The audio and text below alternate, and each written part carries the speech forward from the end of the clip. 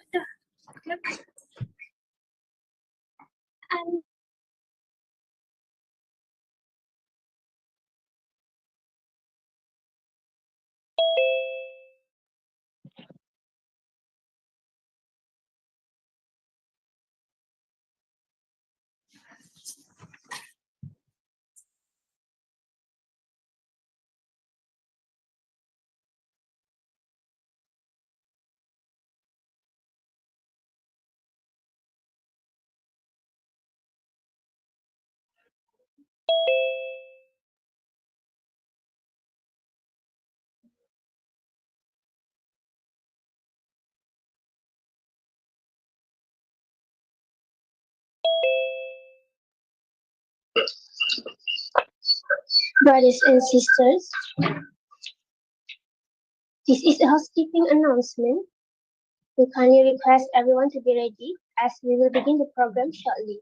Thank you for your cooperation.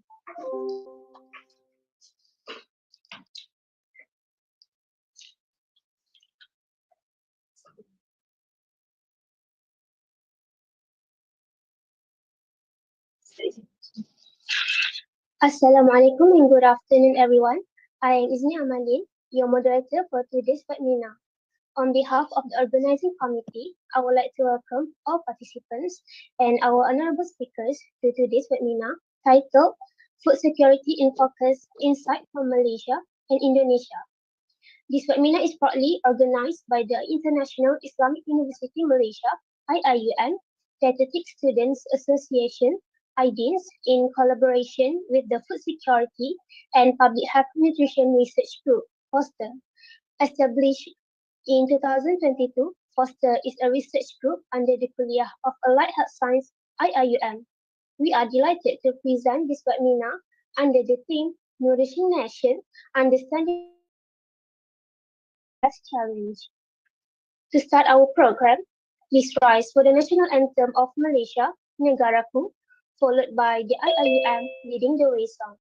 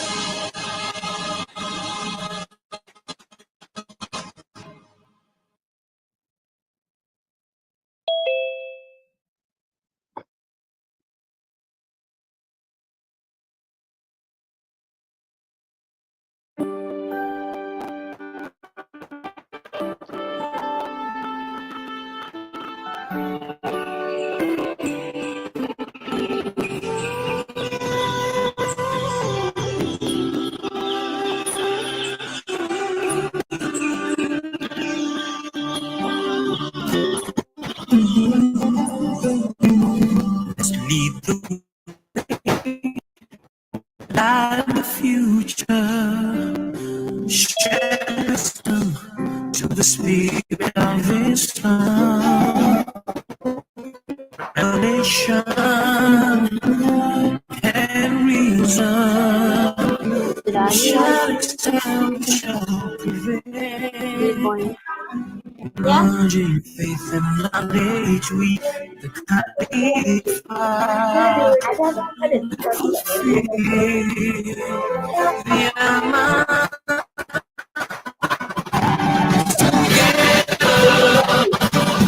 Make the world a better place. Expand the culture of equality.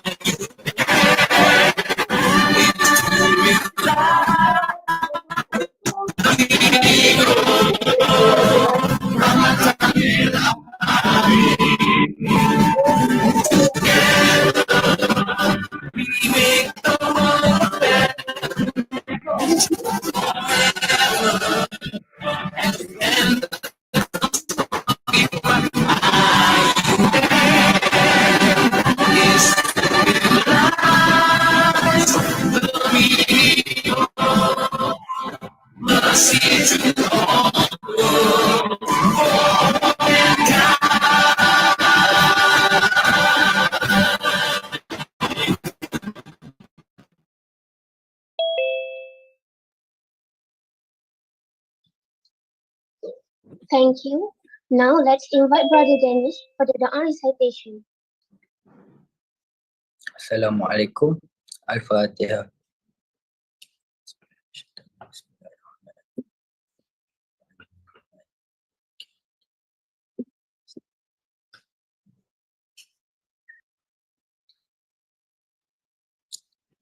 Auzubillahi minasyaitonirrajim. Bismillahirrahmanirrahim.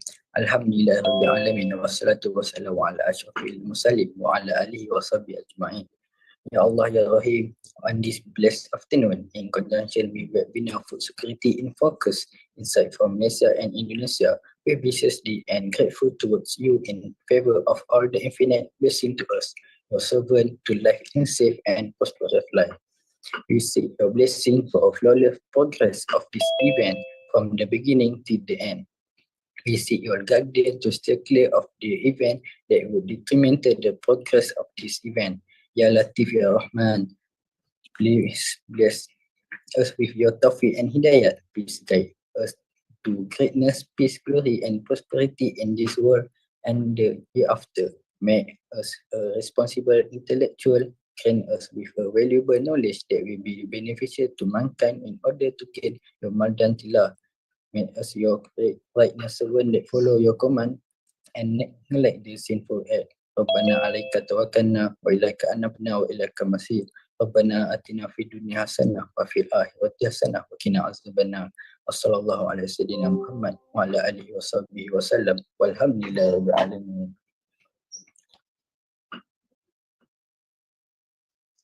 Thank you for the beautiful Quran recitation. With that, we would now like to introduce our esteemed speakers for today.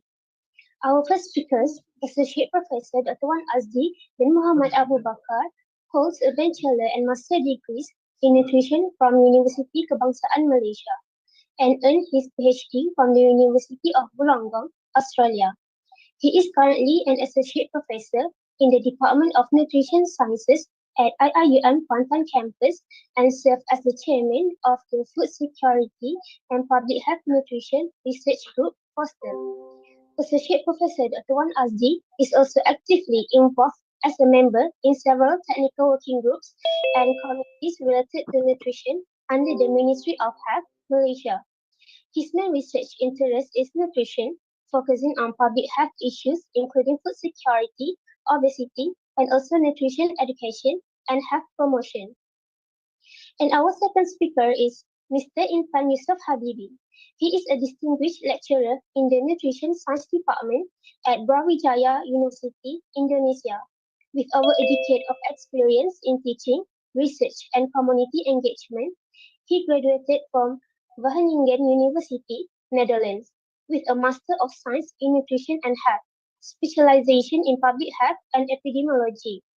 He is passionate about public health nutrition, particularly in behavioral nutrition and nutritional anthropology. He has contributed significantly to understanding nutrition-related behavior, food security, and public health intervention. Mr. Yusuf is also an active member of the World Public Health Nutrition Association and advocate for community-based nutrition education. We are honored to have you both here with us today. Without further ado, let us invite Associate Professor Dr. Wan Azdi bin Muhammad Abu Bakar to begin his sharing session. Please give a warm welcome.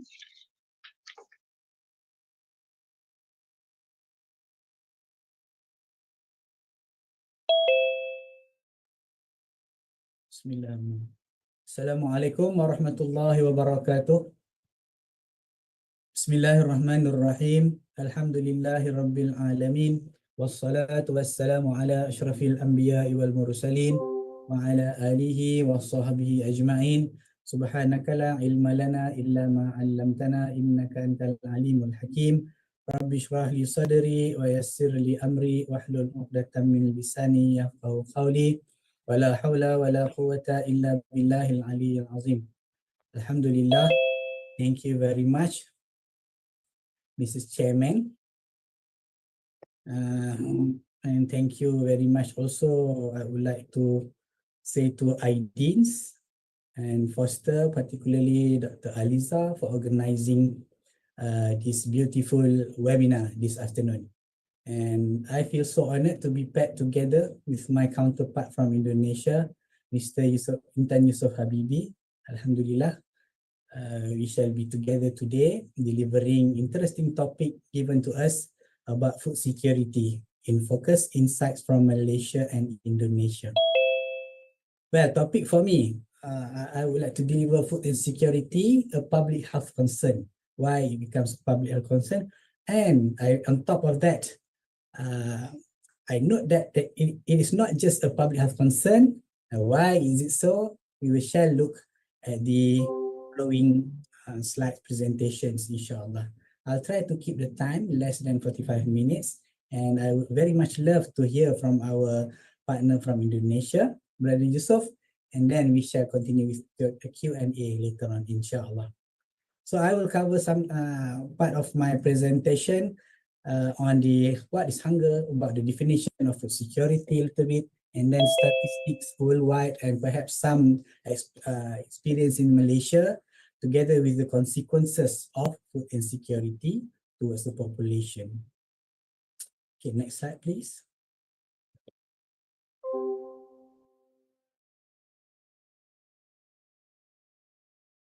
Boleh next slide?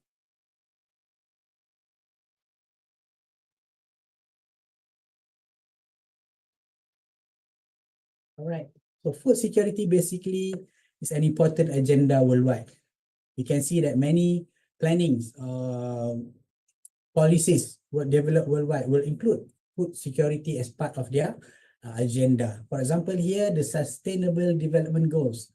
Number 1 is no poverty, and number 2 is zero hunger. So basically, these two things, these two goals are very interrelated, and it is specifically spelled out there that number 2, to aim to end hunger, achieve food security, and improve nutrition and promote sustainable agriculture. So basically, these are the agendas whereby we want to achieve zero hunger worldwide. In terms of Malaysia,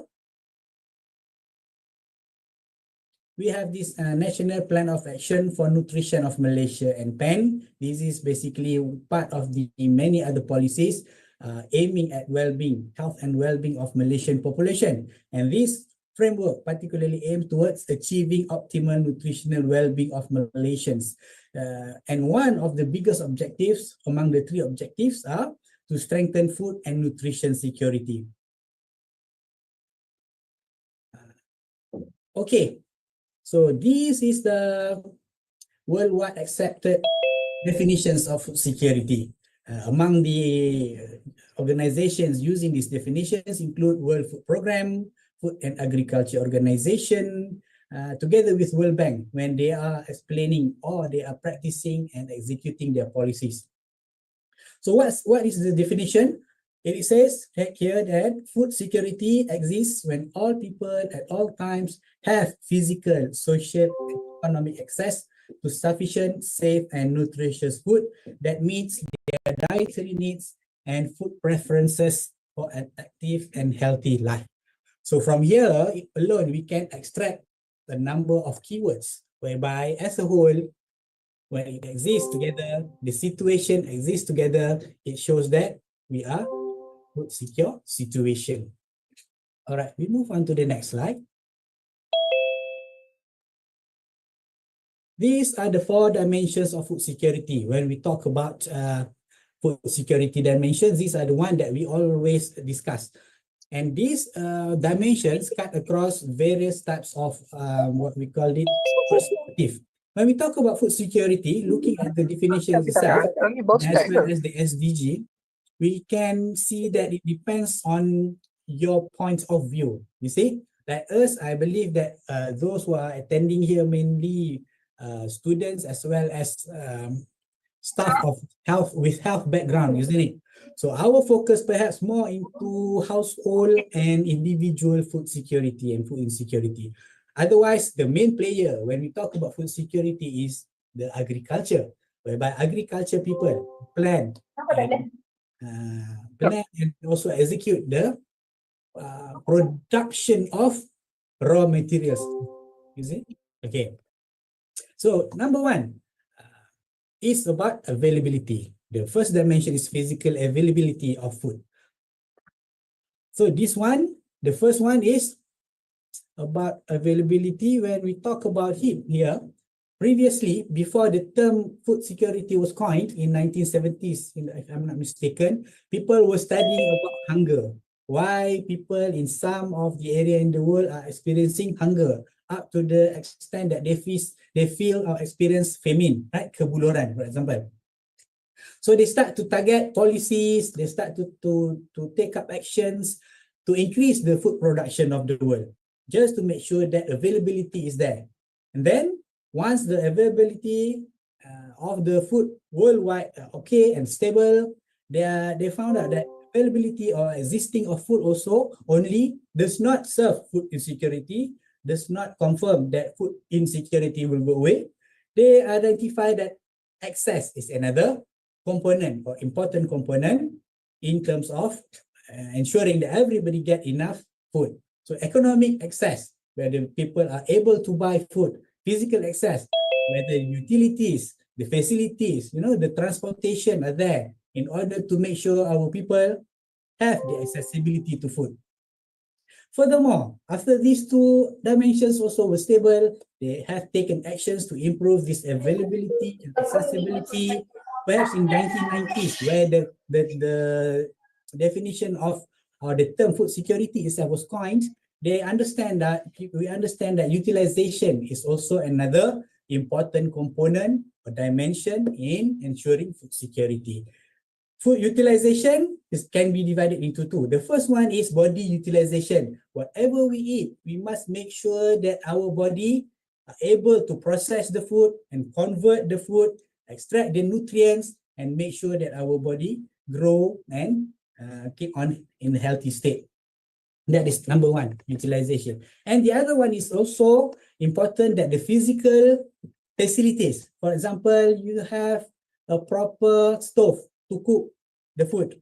You have a proper storage. Nowadays, we have the usage of refrigerator worldwide, right? Everywhere we can access these facilities to keep the food. This is also component of utilization dimension.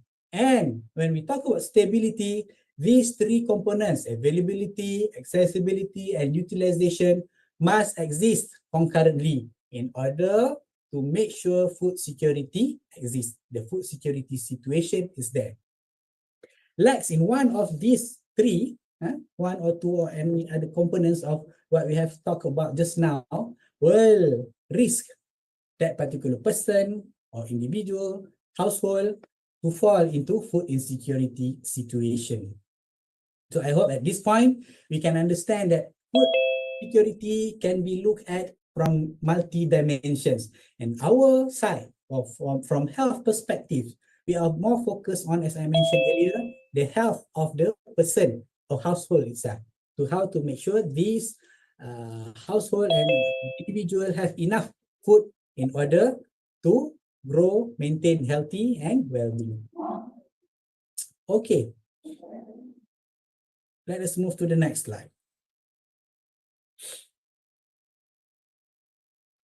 So the next slide shows the modern food system, basically. From farm to plate. We always discuss this in our class, right? How we obtain food, right?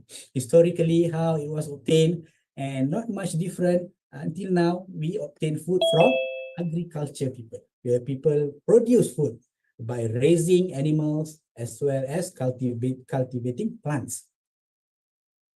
Right? So from food production, okay, stay safe. By looking at these particular slides, we can see, as I mentioned earlier, food security covers a lot other perspectives. Agriculture is here, right? What else? You can see people from economics. People from economics will need to plan what's good for their country. But however you plan in terms of industrialization, the agriculture part must not be put aside, because we eat food, right? We don't eat cars, we don't eat twin towers, we don't eat buildings, but we eat food. At the end of the day, we just want to make sure that ourselves and our family have enough food to eat on the table, right? Production is very important. It was only yesterday I involved in a meeting with the ministry talking about food basket to ensure food basket of the country and how, and but it involves many other departments and ministries just to talk about how we want to make sure people have enough food on their table. And then it comes to processing. This one is industry people, how they can play their parts in terms of food processing, ensuring food availability and accessibility to all the people in the country and even worldwide. And of course, there is a component of distribution, how food are distributed. Nowadays, wherever you are, you can eat a lot of cuisine, right? Even in Malaysia, we have Arabic food, we have many Indonesian outlets here, ayam penyet dan sebagainya, right? We enjoy multi-cultural food at one place. And even at the comfort of our own home, we just tekan our handphone and the food being delivered to us, right? So food distribution also plays a big role in terms of delivering food, accessibility to food. So at the end of the day, the consumption plays a big role. What are the type of food that we eat? What are the types of food available around us, right? So these are the things that us in the health sector, health industry are very concerned about, to ensure that the food that available are healthy. Among other things that we discussed yesterday was how to increase the demand towards healthy food. As I think the similar things happen worldwide, even in Indonesia. Fast food industry, fast food outlets is having a boom, that people would always like to go for fast food and unhealthy types of food. So that is our challenge, how to increase the demand of healthy food. One of the issue discussed is about people always say that healthy food are expensive. How to make it cheaper? That is our challenge as a country, right? So the consumption, how to make sure that people are eating good, enough and good food for themselves. Okay.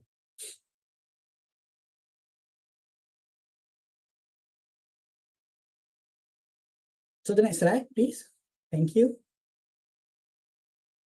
Allah subhanahu wa ta'ala mentioned in Quran in Surah An-Nahl, أعوذ بالله من الشيطان الرجيم هو الذي أنزل من السماء ماء لكم منه شراب ومنه شجر فيه تسيمون. It is He who sends down rain from the sky. From it is drink, and from it is foliage in which you pasture. Animals take food from that.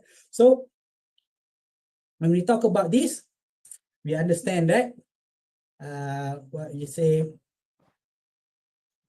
the rizki is from Allah, but effort comes from us. If you remember the previous slides, it says that we have to plan, right? All stakeholders, all ministry need to plan for what we want to plant in our country, what we want to sell in our country, what are the types of food that we want to process in our country. So all these things are very important when we talk about how human should put effort to ensure that the well-being is achieved within the country. So it is somehow or other the responsibility of a government to derive a policy, a proper policy to make sure that its people are healthy, right? Use of technology. Nowadays, every technology is here, right? With the AI and things like that, even agriculture can no longer use human being. They can drone, they can use computer to time the watering time, the fertilizing time, and things like that. So use of technology is one of the effort, right? And then we must also store enough food when the food are plenty, right? For example, if you remember the story of Prophet Yusuf, right? How he managed to make sure that his country, Egypt at that time, right, Mesir, are the only country who survived, and even the countries surrounding countries are having famine that caused other brothers to come to Egypt to seek help from him. That is also one of the reasons why this family comes together again, because other countries surrounding Egypt at that time were suffering from famine, lack of food, and only Egypt managed to survive at that time. So these are the things that Prophet Yusuf is one of the good planner, the best planner in terms of ensuring food security of his country, right? And also, I remember during our Prophet Salam time, there was a food shortage also occurred during that time. What happened is, Osman bin Affan, one of the Sahabah, ordered from the north, perhaps from Syria and countries from the north, 1,000 camels full of loads of food to Medina at that time, to make sure that the food are accessible to everybody there. So you can see somehow or other, the country itself should plan. The country itself should plan a proper planning policy to ensure food security to its people. Okay. So hunger. Okay, the next slide, please. When we talk about hunger, what is hunger? I'm sure that everybody here experienced hunger before this. In Ramadan, for example, that is purposive hunger lah, because we fast ourselves, right? We abstain ourselves from eating and drinking at that time. But other time, perhaps we don't have enough money to buy food. That is when we feel hungry, which is the uncomfortable, painful sensation caused by insufficient consumption of food and dietary energy. So basically, hunger is one of the worst manifestation of not having enough food. Right? Even people of food insecurity people, some of them are not experiencing hunger, but they are experiencing lack of food, a lack of quality, perhaps. And the next stage will be lack of quantity. So at the end of the day, they will feel hunger. For example, people who are facing war at the war zone, let us make dua for our brothers and sisters in Pakistan, in Syria, and other places facing problems in terms of accessing enough food for them. So when hunger becomes chronic, it can lead to malnutrition, which is a deficiency of energy, protein, and essential vitamins and minerals and whatnot. And it can cause further problems to that particular person, right? So up to this point, I think everybody should understand and available to comprehend what is food security is all about, right? The definitions, we share the same definitions, and we should be able to understand that when we talk about food security, it's not only one component is very important.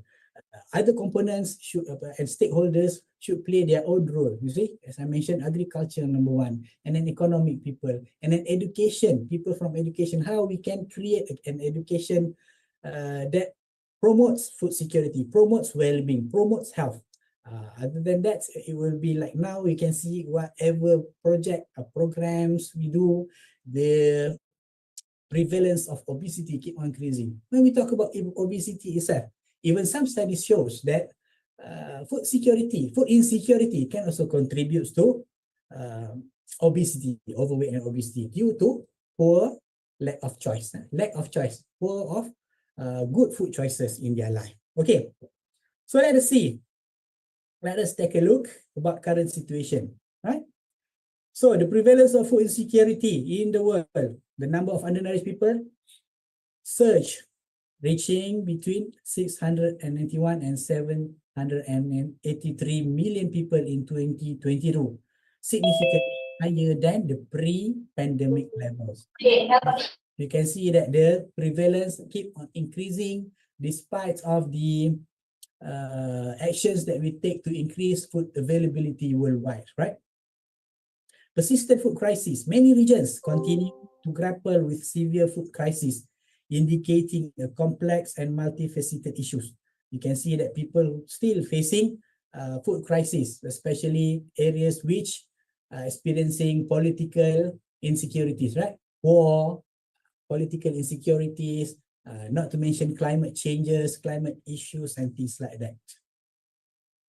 An uneven impact, while the global picture shows a slight stabilization in hunger levels from 2021 to 2022, regional disparities remain stark.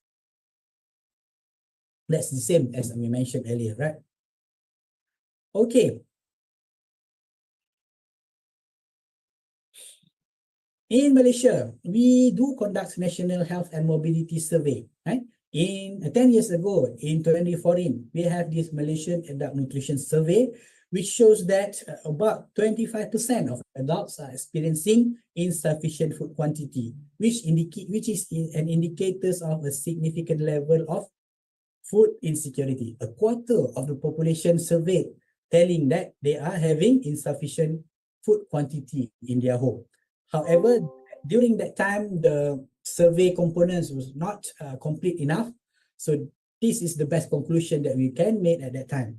Now, in 2024, the National Health and Mobility Survey among adults is still ongoing. So perhaps by next year, we should be able to have a proper and more concrete evidence in terms of food insecurity experience occurring in Malaysia. Studies, apart from national studies, studies from specific populations, different types of population, for example, university students, rural women, urban welfare recipient, orang asli or orang asal, you call it, right? We do from time to time with these different types of groups of people. Regional variations also, we can identify that it is also occurring here.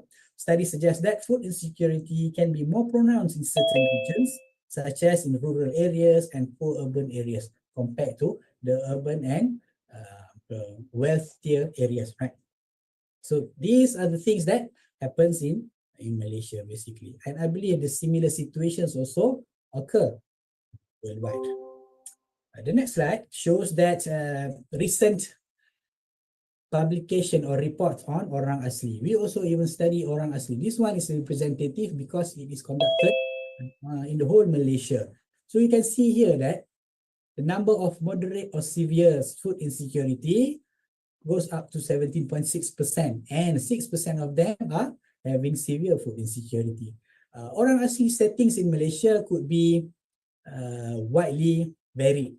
Some of them are living in poor urban areas, but perhaps poor areas, and some of them still living in the jungle. They are varied types of tribes. And if you read in the report, the complete report, it shows and it segregate between different tribes, Senoi, Jakun, and things like that, which is still alarming, whereby we need to take some actions to ensure that they are also healthy and achieve certain level of living standard. The following slide shows other populations that have been studied. Not limited to this one, there are other types of studies as well. Among others, we can see that COVID-19. COVID-19 is one of the situation that caused increment in terms of prevalence of food insecurity. People lost their job, people lost their main or important person in their family and things like that, which contribute to food insecurity to occur in their family, in their households. What's get them into worse, that the resilient factors are not there. The help does not reach these types of people. Some of them that can cause the situation to become worsened, right? So you can see that some people are having affected more compared to the other, and it depends on their coping strategies, the resilient factors, which the government needs to take action by understanding the needs and understanding the what we call that risk analysis. We need to conduct that from time to time. So these studies found significant changes in total diet quality, physical activity level, sleep quality, and food insecurity level among the population during lockdown. Top one, this one, right? And of course, university students, as I believe majority of attendees today are from both sides. From both sides, majority of university students. This study reported in 2019 by myself and my team. We identified that more than half of our students are experiencing food insecurity, and it can cause by many different types of determinants. Among others, parent income is one of the major factors influencing that university students are having enough food to eat. And scholarship sources, different types of scholarship provide different types of help. Some gives more, some gives less than what they are needed, and this also influence the food security level status of the students. Time constraint, I believe students need to learn how to manage their time. These are among the popular reasons why they are not eating enough. But I believe they don't have enough money actually, right, to buy food for themselves. Of course, they said that spending on books, photocopies, and not to mention paying utility bills, handphone bills, internet due to poor connection in some areas of their house, and things like that are also the contributors to students experiencing food insecurity.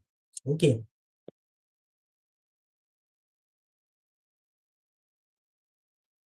As a whole, these are among the factors contributing to food insecurity crisis.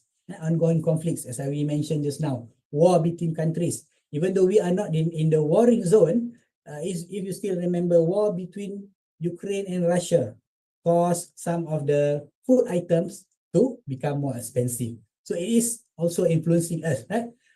Another example is climate or natural disasters in countries that provide us, for example, onions, garlics, and things like that, and we ourselves not producing enough for our country or not producing at all, it will affect our food accessibility. People cannot buy that particular important thing to make sure that they can cook, right?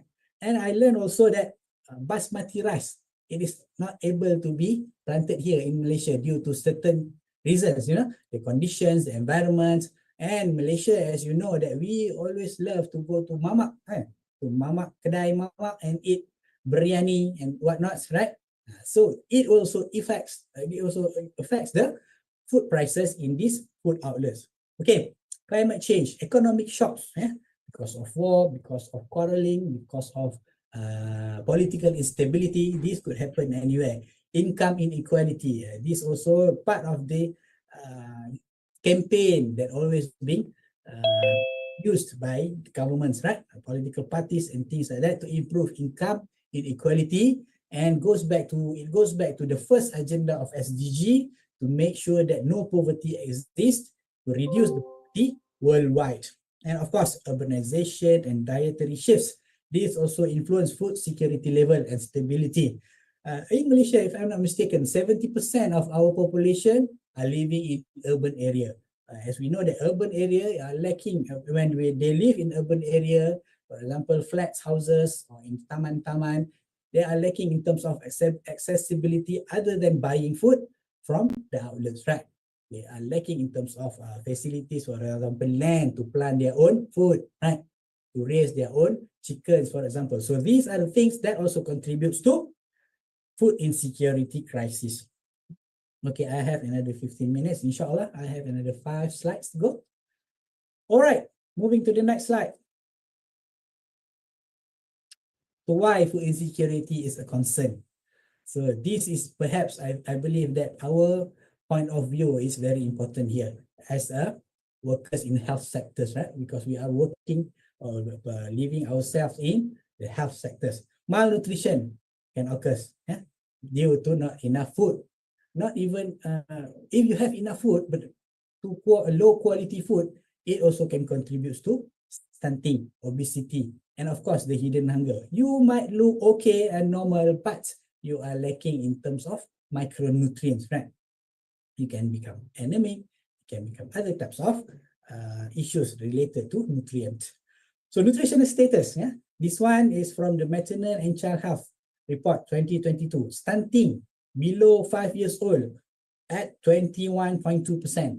So you can see that 1/5 of the children below 5 years old in Malaysia at that time are having stunting issues. And you must know that if you are stunted during childhood, you are more likely to grow up and become overweight and obese. Right? So it becomes double burden of nutrition issues, malnutrition issues occurs as a cycle. You see, you are problematic during your pregnancy, and because a stunted child, a protected child, and then it grows, not going back into the normal curve, and becomes overweight and obese during adult time. Okay, and in Malaysia, we already passed the 50% of overweight and obesity prevalence recently. Okay, the next one, is physical effects of food insecurity. We will feel hunger, people will feel fatigue, and not enough nutrient intake can cause low immunity and consequently will make us become a low productivity person. As a children, as school children, absenteeism, low achievement at school can occur. And these types of children perhaps will grow up becoming what we call that, non-achievers or lower achievers, right? So the cycle will continue. They will stay in poverty areas and having a poverty household. And if actions does not taken place, then the cycle will continue, and the problems or issues of food security and other types of related issues, problems, diseases will occur. Now, absenteeism for adults, low productivity will also cause absenteeism to work. Low productivity, and employer will not like this type of people, and again cycle will continue, right? Low immunity can cause people to have sickness and having infection easily, stomach ache, and many types of other diseases. So we don't want this to happen. Then we have to make sure that food security and nutrient security should be right. Okay, the next one is about psychological and social effects.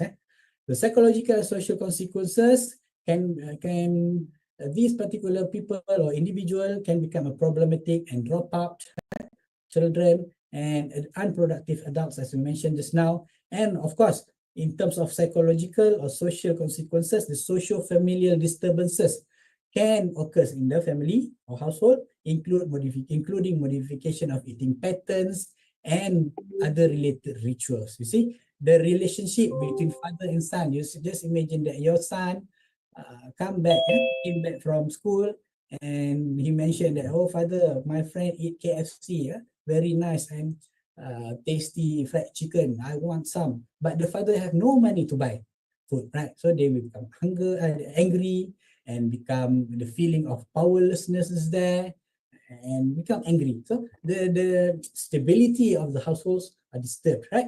So it can lead to major depression and distress. So some of the studies have shown that not having enough food can lead to this type of issues, right? So perhaps we have to have a look as well at the increments of mental health issues in many places, in many settings, workplace settings, school settings, university settings. Are they rooted from just the issue of not having enough food, right? Okay. The next one is some of the reflections that I made before I end my speech, right? In Surah Al-Baqarah, verse number 155, Allah mentioned that وَلَنَبْلُوَنَّكُمْ بِشَيْءٍ مِّنَ الْخَوْفِ وَالْجُوعِ نَقْصٍ مِّنَ الْأَمْوَالِ وَالْأَنفُسِ وَالثَّمَرَاتِ وَبَشِّرِ الصَّابِرِينَ. Sadaqallahu Azim. And we will surely test you with something of fear and hunger and a loss of wealth and lives and foods, but give good tidings to the patient. So you can see that food security here, I would like to remind myself and other people that it is much related with rezeki concept from Allah subhanahu wa ta'ala. It is predetermined what you are going to eat today, what you are going to give to your family tomorrow, right? However, our effort, right? It is not decreed, it is not concrete, and it depends on our effort as well as human being, because it is a test. It is not the decree that you will be poor forever, you will be not having enough food forever, because it is just a test from Allah subhanahu wa ta'ala, and we have to make effort. How long the test will stay with us, wallahu alam, only Allah knows. And we have to make effort, and one day, inshallah, by the grace of Allah, we, one person, an individual, a household, can come out and get out from the food poverty and food insecurity towards a better situation. So we have to believe that it is a test, and as a government, as a household, the leader of household, and as individual, we have to make effort to go out from that particular situation and make sure that the risks are kept at very low, right? Okay, The last slide. Qala Rasulullah sallallahu alaihi wasallam. This hadith, if I'm not mistaken, was mentioned to Abdullah bin Salam when Rasulullah just arrived from Makkah to Madinah during Hijrah. He heard that Rasulullah sallallahu alaihi wasallam said, "Ya ayyuhan nas, afshu salam wa at'imu at-ta'am wa silul arham wa salu bil-laili wan nasu niyam tadkhulul jannah bisalam." O people, spread salam, feed others, uphold the ties of kinship, and pray during the night when people are sleeping, and you will enter paradise with salam. Salam, some people translate this by giving salam, Assalamualaikum, good morning, good evening, and also some ulama translate it as make sure that peace are kept between that particular area, between that particular country. And what happened after Rasulullah hijrah to Madinah?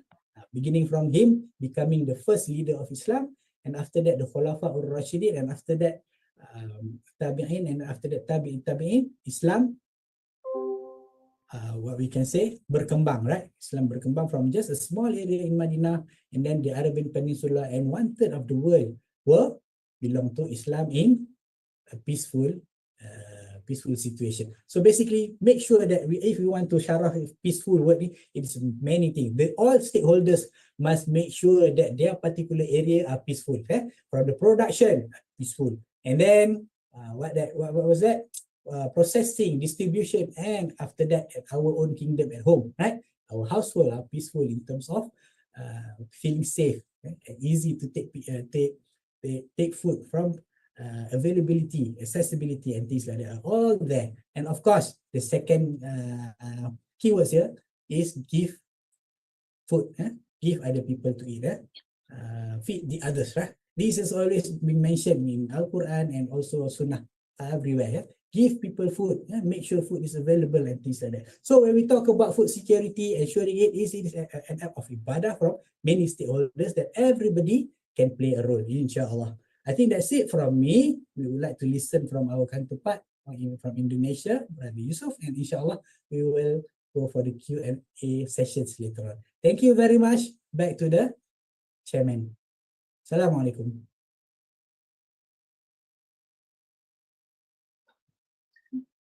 Thank you very much.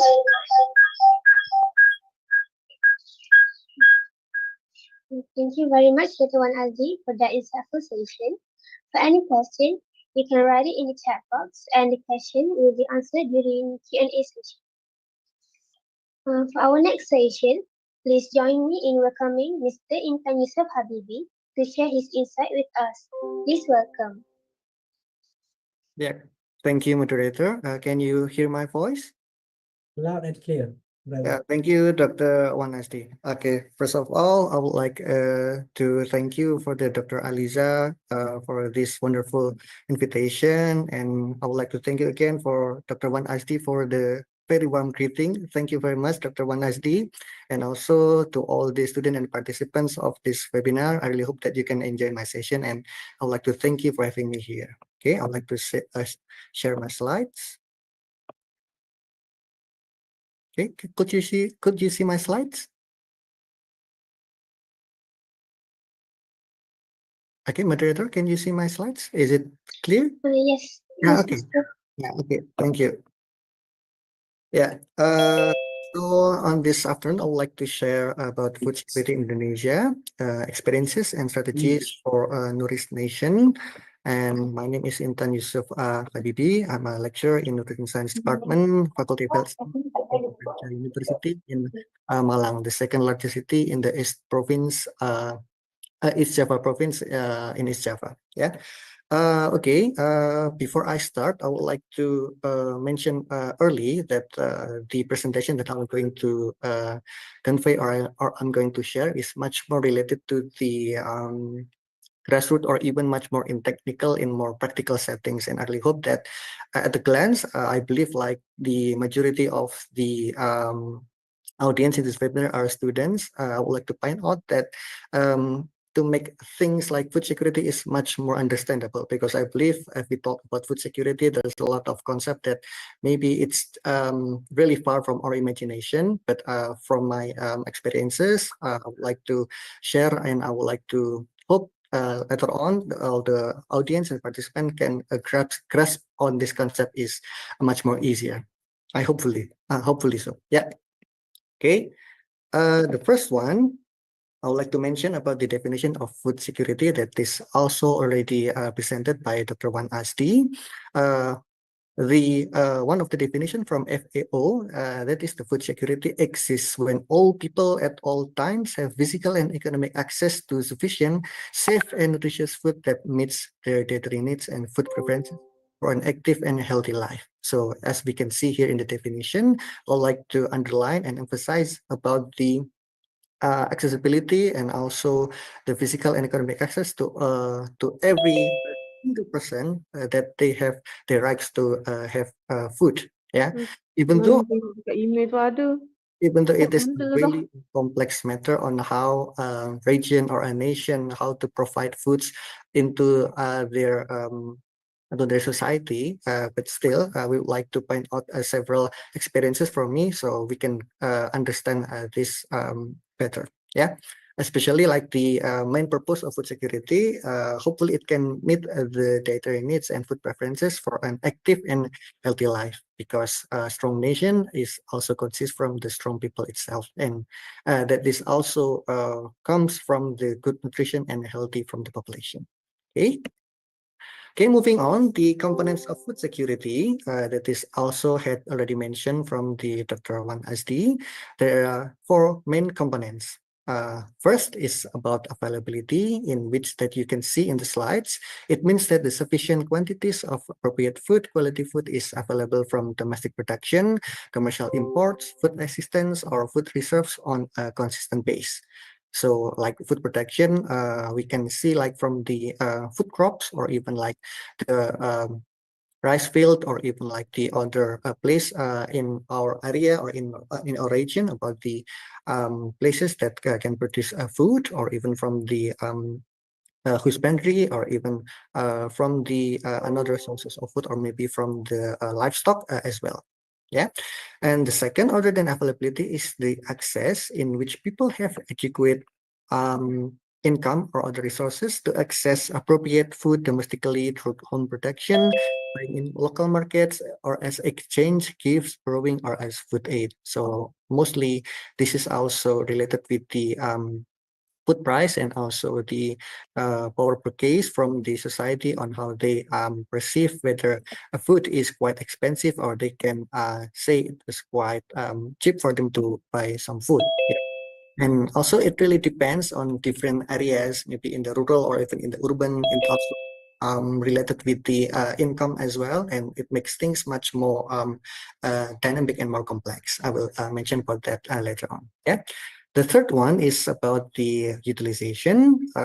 In this definition of utilization, people utilize food properly through food storing and processing practices, while have sufficient knowledge where they apply nutritional, health, sanitation, and sociocultural, as well as spiritual parameters of food. Yeah, this is much more related with the consumption on how we can consume our food on daily basis and every time, and we should be really grateful that maybe like in our places where we live in urban areas, maybe in Kuala Lumpur, or me live in the Malang city, where we live in the urban, is the food is easily accessible for us, and we can easily consume a lot of foods among us. When Dr. Wanasdi earlier mentioned about we can have a lot of variety, like nasi lemak, or maybe like ayam penyet, or maybe another like foods that that is our favorite in daily life, especially from students in Indonesia.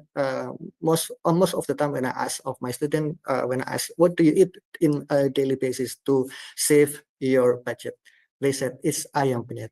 It's their really favorite food. Yeah, I believe maybe that's also the case the same for the students in Malaysia as well. Yeah. And we're really grateful because of the availability and accessibility we can consume or we can utilize our food in daily life. Yeah. And then the fourth one is about stability. This is refers to availability of adequate food of all the times to certain that access and utilization of appropriate food is not curtailed by any hindrance, shortages, or emergency or sudden crisis. So this is also important that food is available, accessible, and we can consume not only in one time but also on daily basis and in our daily life. Please apology because there is azan for Ashar here. Maybe we can have a break for a while, then I will like to continue after the azan is finished.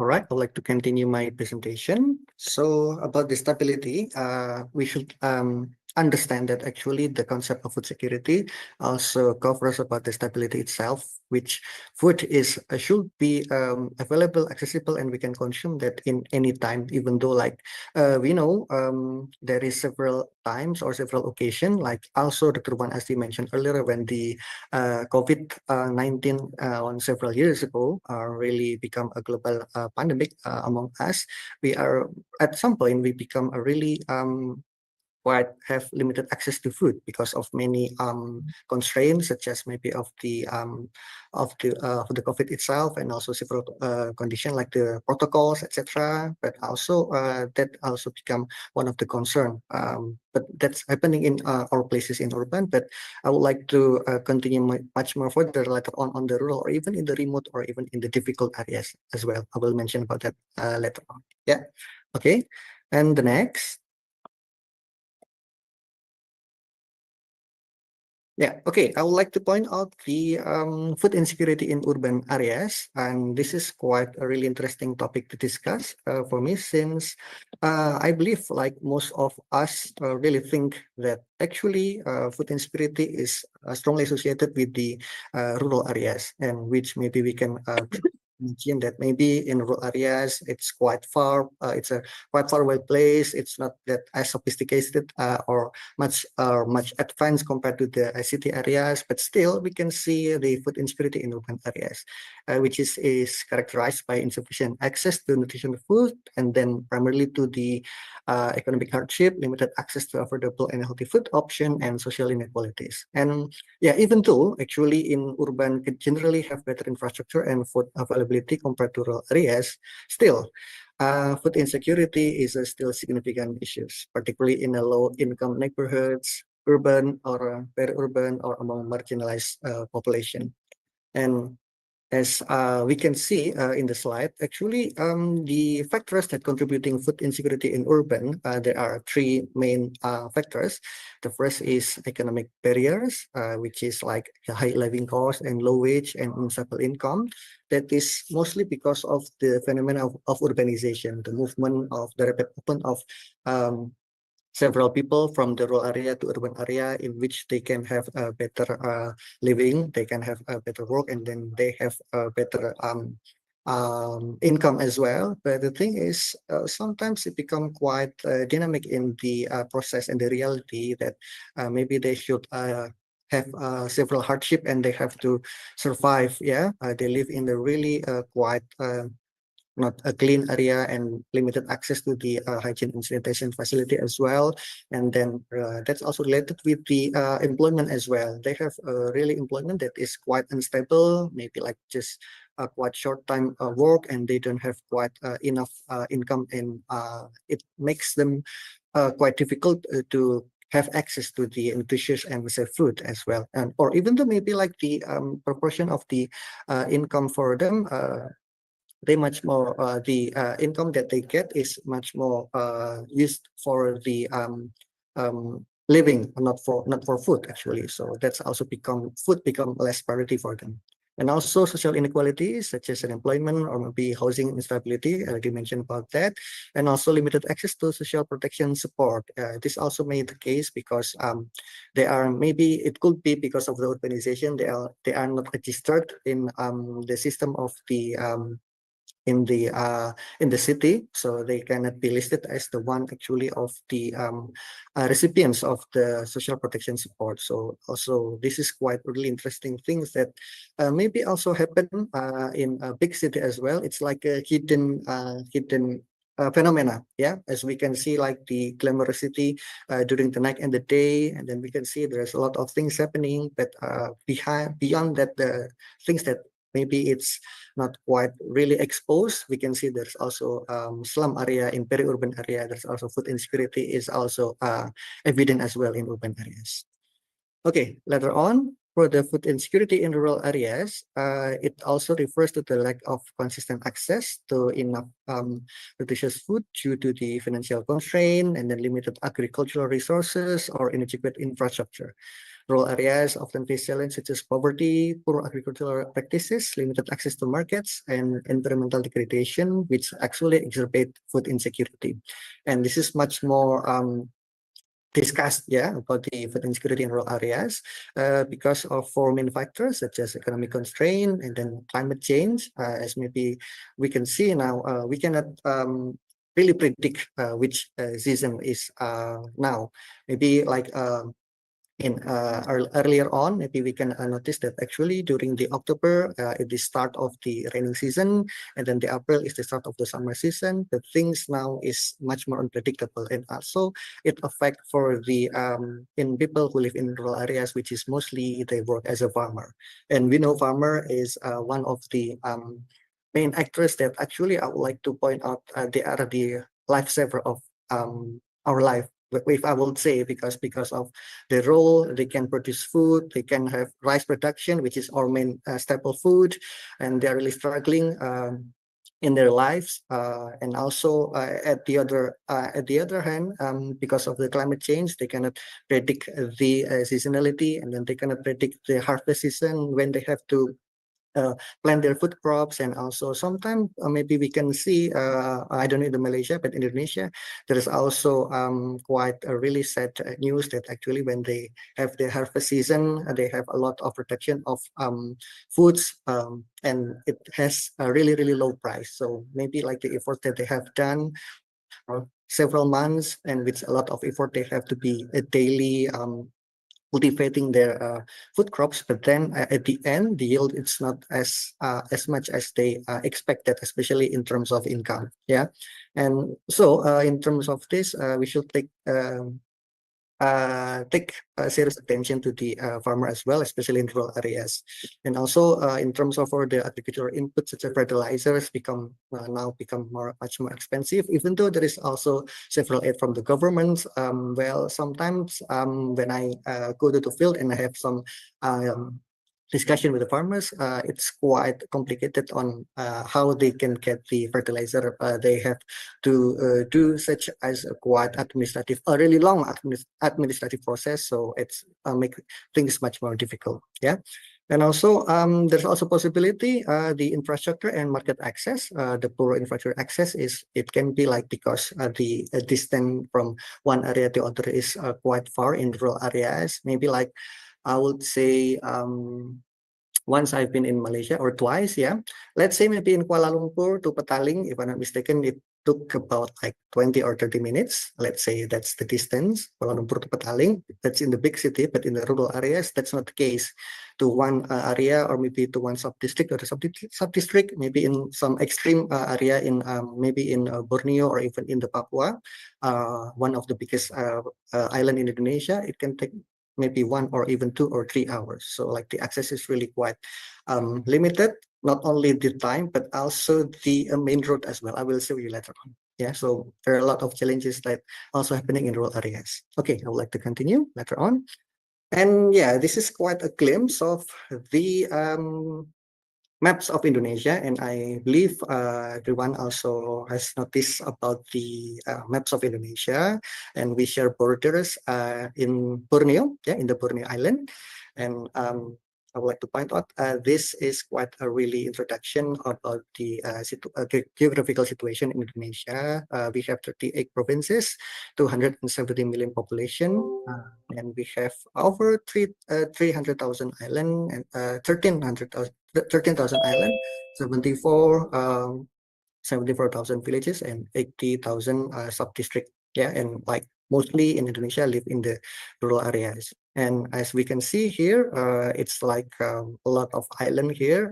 We live mostly in the 5 big island from Sumatra, and then Borneo, and then we have Java Island, which is mainly and densely populated in Indonesia. We have the Sulawesi and as well as Papua. And as you can see also in the slides from the report from the Food Security and Vulnerability Atlas, FSVA Indonesia, which is this is from the National Food Agency and the World Food Program. They established this method to maps the condition of the food insecurity and food security in Indonesia. As we can see that actually there is a quite interesting finding that we can see here. That is in main populated island in Java is mostly are in the green color. As if you can see, my apology, this is in Bahasa. The green one indicates that it's sangat tahan or even food secure. Meanwhile, if we going to the another color such as more light green, and then we could change into more light red, or even the quite the red is become much more intense, so it becomes really food insecure. Now, as we can see now, one of the island that is become the priority for the food insecurity, as we can see, it's Papua. It's on the right side of the slides, this one, yeah, because mainly it is due to the geographical condition, yeah. And as you can see here in the slide, in here, in this area, yeah, like I show you, this area, which is actually because of the Papua, one of the biggest island in Indonesia, that area is like quite challenging area because it is mountainous area. So if you want to go there, you have to go by a small plane, and it's not really cheap. It costs like almost 3 to 4 million rupiah. Maybe it's about 400 ringgit, I suppose. Yeah, 400 ringgit for one time's flight. And yeah, and also the condition there is really challenging in terms of the food availability, the food price, and there is still a lot of orang asli, or I would say like the local people who lives there actually. Yeah, but that's also the dynamic and the beauty of Indonesia as well. Become a challenge, but also become a beauty at the same time. Yeah, and also several places there is also indicated red, like in several island in Molucas, and also several in Borneo. This is in the central Borneo and several parts in Sumatra. But in Java, we can see there is no red area in there. Right. Okay. And then, based on the Global Food Security Index in Indonesia, there is still a lot of things, yeah, to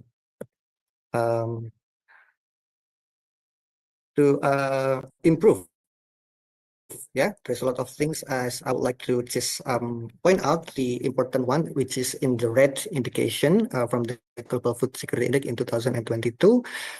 We have a lot of things to improve in the agricultural inputs, such as like I mentioned earlier about the fertilizer, and then about the seeds, and also about the land as well. Yeah, and also agricultural research and development, how to increase the food production in a year. So maybe like the production in ton units, it can be accessible to all people, and sufficiency of supply, and also data diversity. We still have a lot of things to improve, because yeah, there's a lot of things happen like now. Globalization, westernized food is really easily coming to our life, and maybe we become the consumer as well, and we have to be aware and become much more mindful because of that phenomena. And also the access of water is quite limited. It can be because of the drought, and also because of the climate change, and also political commitment to adaptation. And this is also related with the sustainability as well, on how we can making the food security become sustained for daily life for our people as well. Okay, right. Later on, I would like to say several challenges of food security in Indonesia. I would like to summarize. From my explanation from the food security atlas about the map of Indonesia in general, in terms of availability, we have several challenges about the limited availability of agricultural land for food due to the conversion of agricultural land from food to non-food, or I would say the change of land use. Yeah, because maybe in modernization right now, as we can see, there is a lot of competing interests in terms of industry and food as well. Maybe I believe one of the things that I would like to point out that I will going to share later on is about the phenomena of the oil palm.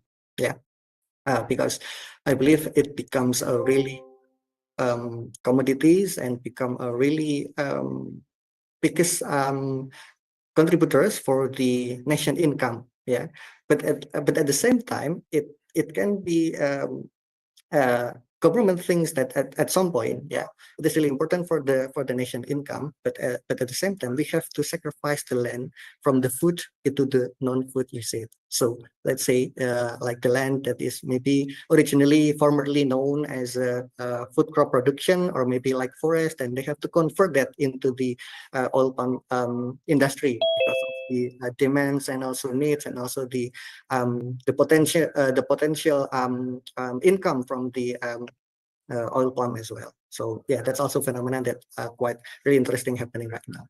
And also the second one is environmental degradation and climate change impact, and also imbalanced access to resources, capital, and technology between regions, especially Indonesia. It's really a big area. It's really far from one island to another island, and also we have different cultures and different accent of language, and we have different traits of personality from different ethnicities, and yeah, it makes things much more diverse, but it also makes us quite challenging as well, because in a larger region, well, we have to have several approaches in different locality as well. So that also become things that maybe there is not quite one fit policy in Indonesia, that we have also have the local approaches as well. Yeah.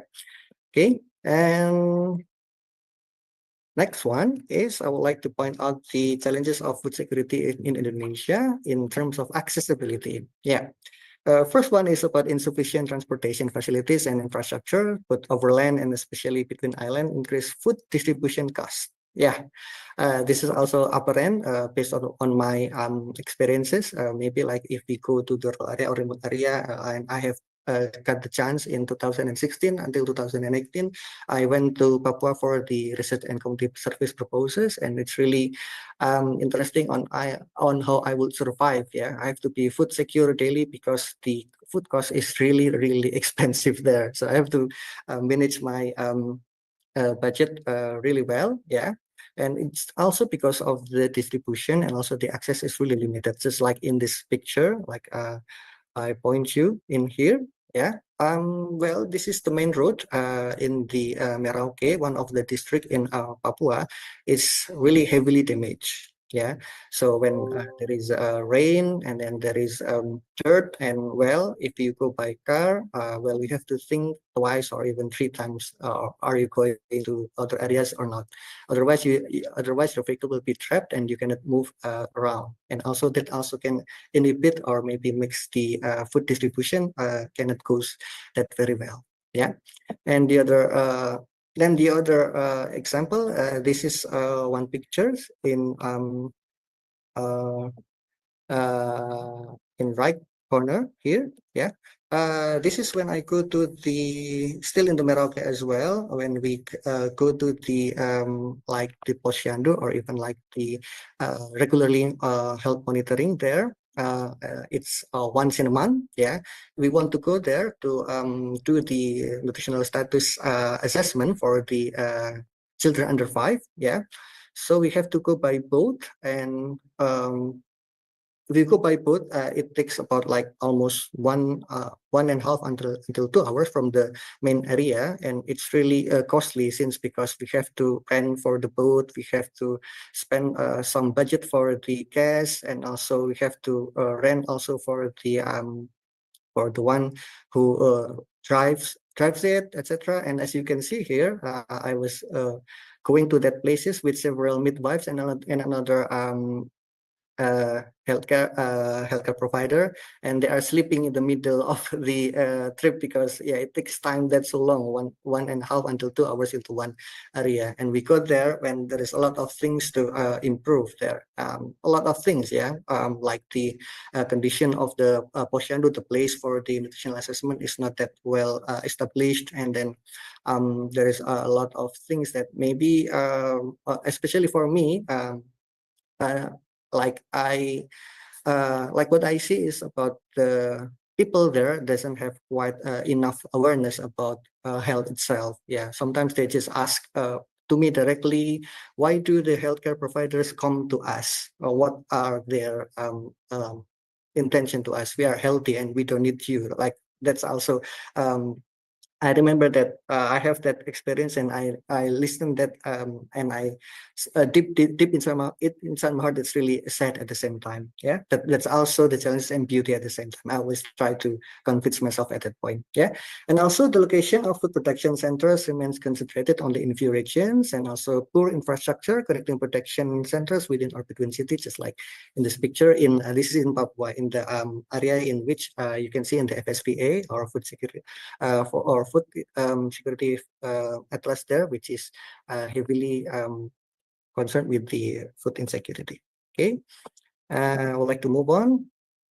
And also the consumption or utilization become a challenge as well. I believe it's not only Indonesia, but also in global population. In terms of the increasing population, and also 75% of the global population is increasing in developing countries. And also Indonesia is known as one of the top 10, if I'm not mistaken, the most populous countries in the world. And also the high growth rate is 1.38 per year, thereby increasing food demands in terms of quantity, quality, and food safety. And also change in lifestyle and eating patterns have resulted in low food diversification, resulting in market demand involving only one type of food. And also this may explain why Indonesia still have a lot of things to do to increase the diversity because of the social media, because of the increasing demand which is much more marketable, but they don't see about the healthy or maybe nutritional value of that food. And also market and also the industry look that as a really profitable things, and they don't see health as their priority. So this is should be things that we have to work on together. Okay. And also, committee, please remind me if there is a time constraint. Please don't hesitate to remind me. Yeah. Okay. And then I would like to move on some sharing experiences that I have done related to the strategies on how can we combat the food security. So actually, this is a really small scale, but I believe we should contribute in any kind of way by any means as well. Yeah. One of the activity that I have done from several years ago, this is a collaboration between our university, Brawijaya, and C4 ICRAF. It is stand for Center for National Forestry Research, and we have research with the title From Growing Food to Growing Cash, Understanding the Drivers of Food Choice in the Context of Rapid Agrarian Change in Indonesia. We did research and community service as well, and also did this with several colleagues and lecturers in Brawijaya University from the Nutrition Science Department. This is during the 2016, 2018 for the research, and 2019 for the community service, in which the study site is in the Kapuas Hulu in West Borneo and Jayapura in Merauke, Papua. And the purpose of our study is we would like to compare between the differences of the dietary pattern as well as the nutritional status from the two sites, which is one side is the Kapuas Hulu, which is the traditional household, or maybe like the food crops in which they live in the traditional way, and they are living in the close to the forest proximity, yeah. And the other one is in the Jayapura, Merauke, Papua, in which they live on the oil palm as well. Yeah, so like we can see like the two differences between one in the oil palm areas, which is formerly is a forest area, now changed into oil palm. But the other one is we want to compare from the forest or even in the food crops area. And so we also compare there together. So in Kapuas Hulu, okay, my apology. We have in Kapuas Hulu both in the traditional household and in the oil palm, and also in Jayapura we have those who the subject is those who live in traditional household and as well as in oil palm household. Yeah, and this is the ethnicity, and the number of household is 520 in the Kapuas Hulu and 465 in the Jayapura. Okay. Okay, there is 10 minutes left. Okay, thank you for the reminder. Yeah, okay. Next. And this is the brief result of our study. What is really interesting that we find in during our research is there is a change, there is a differences in terms of nutritional status of women and children in Kapuas Hulu in West Kalimantan by household type, which is FC is the food crops of or traditional household, which is in the green color, and the oil palm is on the gray color. So we can see that those who live in the oil palm and those who live in the food crops area or traditional household, as we can see here, actually in terms of stunting, underweight, and then overweight, we can say is not that so much different. But in terms of fasting, it is statistically different, yeah, significantly different, yeah. There is asterisk in here. And also the other findings that we found that forests actually also play an important role to the local peoples there, because they provide like a wild foods or even wild fruits, or even maybe there's a lot of things that maybe still far from our research focus, which is actually they are not enlisted in database of in the nutritional value and food. Yeah, so we found a lot of things there, like I believe maybe you know fern or pakis here. I believe you know about this as well. And there is also several things in the local like a cempeda, and then several fruits like kecubung, and also a lot of things that we really don't really recognize at the beginning. But the locals and the health elders are explaining that so much to us, that forest plays a really significant role in terms of support in food security, because actually the locals really have that strong connection with the forest where they live. So they easily say, we never buy food, we just get the food from the forest. So like they just directly went to their backyard, which is their backyard is their forest. So like maybe less than 5 minutes by walk, then they can easily take fruits or maybe food crops, or even they can hunt there. They can get like maybe like wild boar, because they are they are non-Muslim, and also there are several another things that they can consume in daily life from the forest. Yeah, and also this is a really quite interesting topic later on to study. Yeah, about the role of the forest to support the food security. Yeah. Okay, and also one prominent findings in our study that is the differences of the food consumed in traditional household or in the food crops, and also food consumed more in oil palm household. Like there is a change of land use, yeah, from the formerly from the forest and then now change into oil palm area. So we can see the a shift of our dietary patterns. Like maybe in the traditional household, it is much more like a real food from the fruits, from the wild fruits.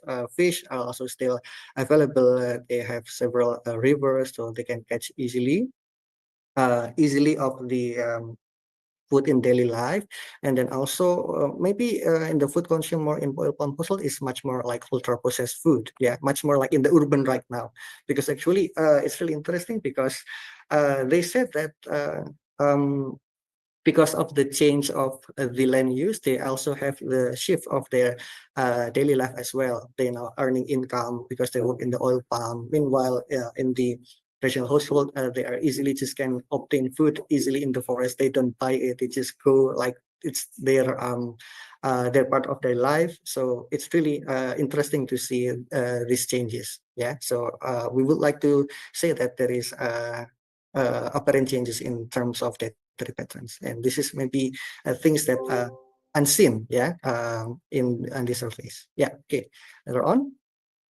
And also, after we finish our research, then while we are working on the publication, with the collaboration with Sifara Craft, we do the community service as well. So what we did is we disseminate the research result to the stakeholders, and as well, or we disseminate the result to the our respondent that we already visit in Papua and also in West Borneo. And it's like quite really challenging, yet also great journey for me, because we have to sail by boat, we have to go in quite remote and also difficult areas. But the thing is, there's a lot of things for us to learn, yeah. And I learned a lot from the local elders. This is during the research, during the focus group discussion, where I ask about a lot of things about their daily habit in forest, like hunting, and how they can hunt together, and then how they can share food together among the other head of household. That's how they have that communal value, and also it become their daily consumption of foods. Yeah, and also I disseminate the research result to the society as well, and also from the local stakeholder as well. Yeah. Okay, and the next one, I would like to point out the other strategies, or maybe the other action or programs that maybe we can use to combat food insecurity. Again, even though this is in really small scale, but if we can repeat this small scale into continuous, or even in the expanded in the each area, I believe it will become much more significant. So I would like to point out about the issues of food recovery or food rescues. And this is like what definition about the collecting edible food that would otherwise go to waste and distributing it to feed people in need. Yeah, and as you can see in the hierarchy here, and also this is quite a new field to me, and I really keen to learn about it further. Like the food recovery hierarchy, the most preferred one is the resource reduction. Maybe we got some foods that is actually there is some food left, maybe in restaurant or even in the hotel, etc. And then we can try to save or rescue several foods of them. Then we can use that to feed hungry people. But since also there is also possibility of the degradation of food quality by times, and also the less the less better the quality. Well, we have to do that to feed animals, additional industrial uses, composting, or landfill or incineration. But that is least preferred. But at least we can still save food for the people who really need that. And this will also lead to the consequences of food waste.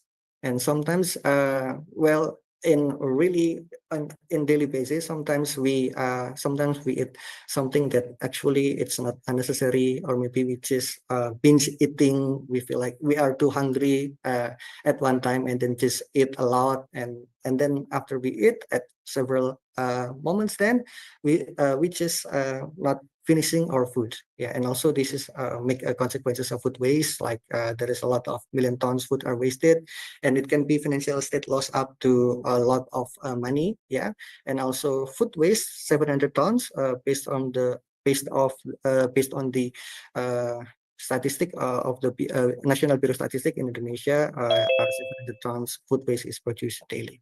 Yeah. Okay. Later on, and this is lead to food bank. And this is the upcoming collaboration from Indonesia University and Food Bank Bandung. And I believe you have been exposed or maybe understand about the concept of food bank. And I believe in Kuala Lumpur has a lot of food bank as well.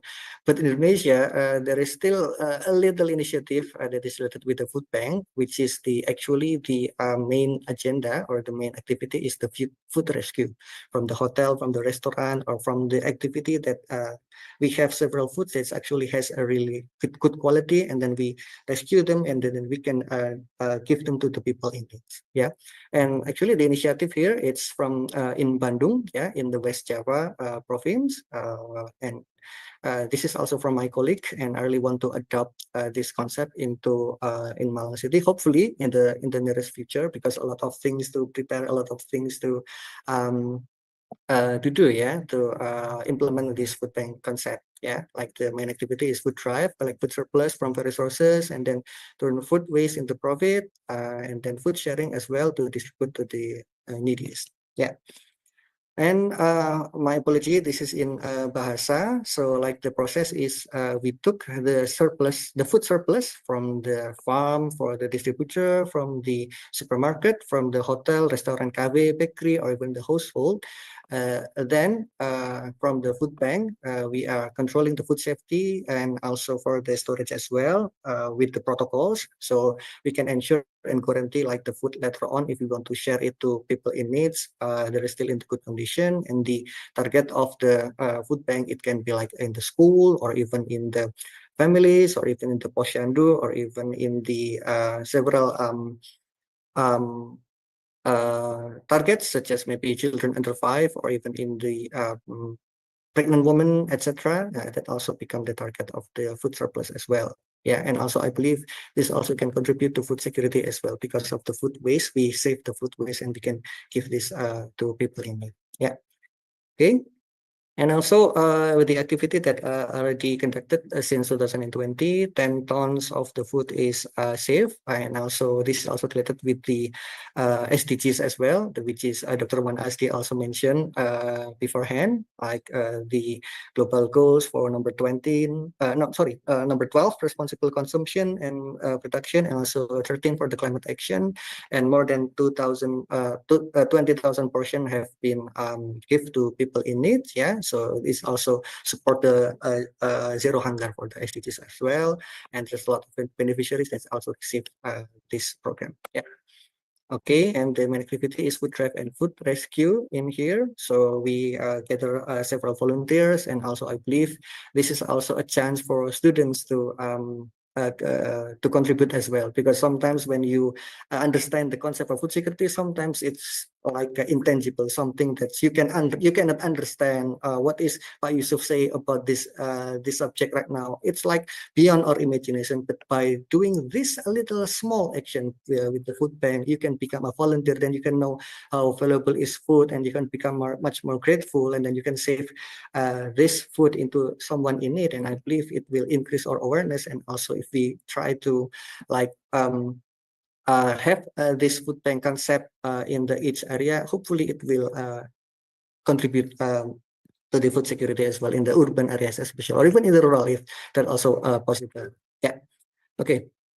And also one of the important parts from the food bank Bandung, my apology, this is in Bahasa, is about the policy. So they are also approach the governor in the governor of East in West Java, so that they can make like decree or even like a law that is actually for the hotel, restaurant, or industry. They should have several action related to the food surplus, and they have to donate that to someone who is in need. And I believe this also a really good approach, and it also, this is in my opinion, by establishing a law like this, it becomes a sustainability in terms of food security as well.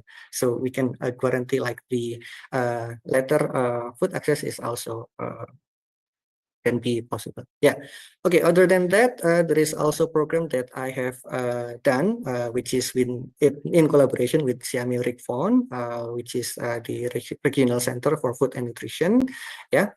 And the flagship program is Nutrition Goes to School, which is actually a school-based multi-sectoral program that aims to develop active, well-nutritious, and intelligent awesome students by implementing good nutritional practice in both intracurricular and extracurricular activities at school and home, which is focuses on the nutrition education, healthy canteen, school garden, and nutrition entrepreneurship. And our university also have this collaboration with Siamio Rekfon, and also we have several community services with the several school and some elementary school as well on how we can do the nutrition education, healthy canteen, school garden, and nutrition entrepreneurship. But I would like to point out one component that is important, which is school gardening.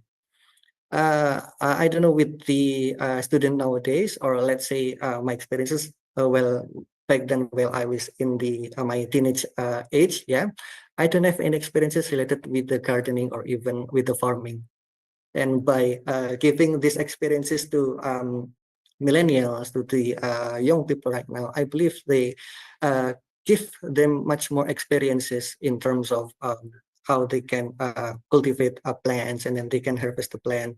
They can use it for their daily consumption. Yeah, even though it really contribute to only small portion for the vegetable, but still it's a really valuable experiences for them. And because they are still in the early age, like they're in the elementary school or even the junior high school, but it's a really important value for them later on when they are growing, become adult in the next time. And also they have skills as well. Yeah, as you can see, there is like hydroponic and also the harvesting of the mushroom as well. Yeah, and also that's really interesting to make this much more sustainable is the school and then the university and also civil industry having the collaboration together on how they have like the CSR, community social responsibilities, and then they can donate like the hydroponics equipments, and also maybe like some aid for the places for the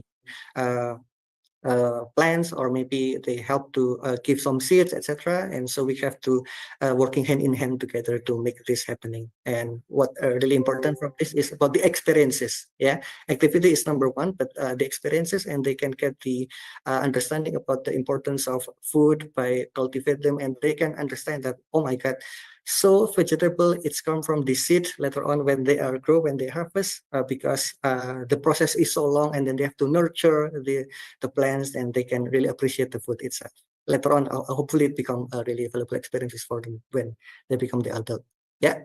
And the other one is also collaboration with the National Food Agency from our university with the National Food Agency in Indonesia, which is several activities like food festival, like initiative to consume the local foods because of the massive attack of the globalized and westernized food, and then sometimes we forget our identity in terms of the local food or even real food. And maybe we can try to evaluate ourselves how many times in a day ultra processed food that we already eat in a day. Yeah, sometimes we forgetting the concept of the real food itself because of the availability is much more challenging to us, because what is really just close to us, that's only our choices. So it's really challenging for us to how we can become so mindful, and we can be carefully select the food that we can choose in daily life, even though that's also quite difficult for me as well. Yeah, and this is also remind not only for the student and also the audience, but also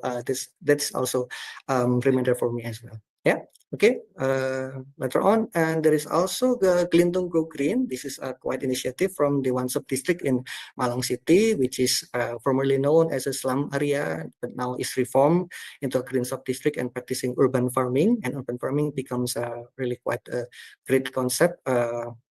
And maybe during the pandemic, farming becomes a really favorite activities that people did in the house. Yeah, so it's like they're doing gardening and then like planting something, and hopefully this become a really good habit. And again, even though the harvesting of the vegetables or like the food crops is quite small, but the thing is, hopefully it can really contribute in the household in the micro level. Yeah, and this also the story of the Kelintong Kukrin in our sub district in Malang. It's because of one initiative. It's a local champion from one person who is like he's really active. He wants to make his community become better and better, and he do a lot of stuff like doing approaches to several industry, ask for proposal funding, etc., etc. But then now it can be may happen, and I believe students also have important role as well in this one. Yeah. And several slides more, yeah, maybe 2 or 3 slides more. I would like to point out the key points of all of things happen in food security, even though at first, at a glance, it's really complicated matters. But now let's try to look at the another perspective, much more in the smaller step and smaller scale. But still, we have to do working hand in together and do the petaheli collaboration from the academic, from the university, from the business, from the industrial areas, from the hotel, restaurant, cafe maybe, or on the community, from the government. We have to share the same vision, mission, and action as well, and the media, and also a lot of things that we can share and work together. Yeah. And also the key points that I would like to conclude for the initiative and the action that we can do to support food security is we can start small. Yeah, let's start from ourselves. And maybe I already mentioned about the food waste, and now we know the importance of food and also the complexity of how food is produced. We know how the lives of the farmer, etc. And I would like to point out as well, maybe for the student, please expand your networking as well as your experiences as well. Just don't stand still in the campus, do something else, like maybe to the place that you've never been, and always hungry for experiences, because I believe it will expand your horizon as well. Yeah, and also reach out for partnership and collaboration, because by partnership, making things much more possible. Even though like at first we don't know what to do with this program, but then if we try to open our mind, we try to reach out to several people as well as our networking. Yeah, we believe maybe from students have several friends. Like now, I would say this is social networking, but later on you can expand that into professional networking. Maybe you can work on together in the later life. Yeah, and also the important one is sustainability, like enabling environment, and also policy to make things like food bank maybe become one initiative, but now it becomes like things which is compulsory for each area to have that activity as well. So it can make food security sustain later on. Yeah. Thank you for this wonderful presentation, Dr. Aliza, and all of the IUM staff and students, and let's collaborate together. Thank you.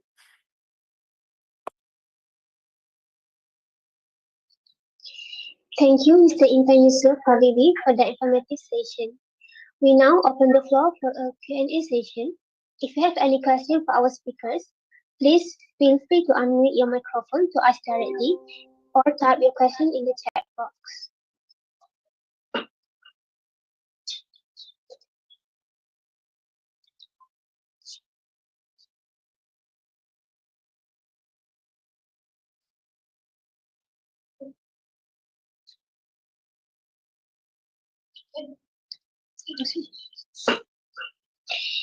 If there is no question, now I will read the question from the participant. So the first question from the participant for Dr. Azzi is, what are some ways students can actively help enhance food security within their local communities?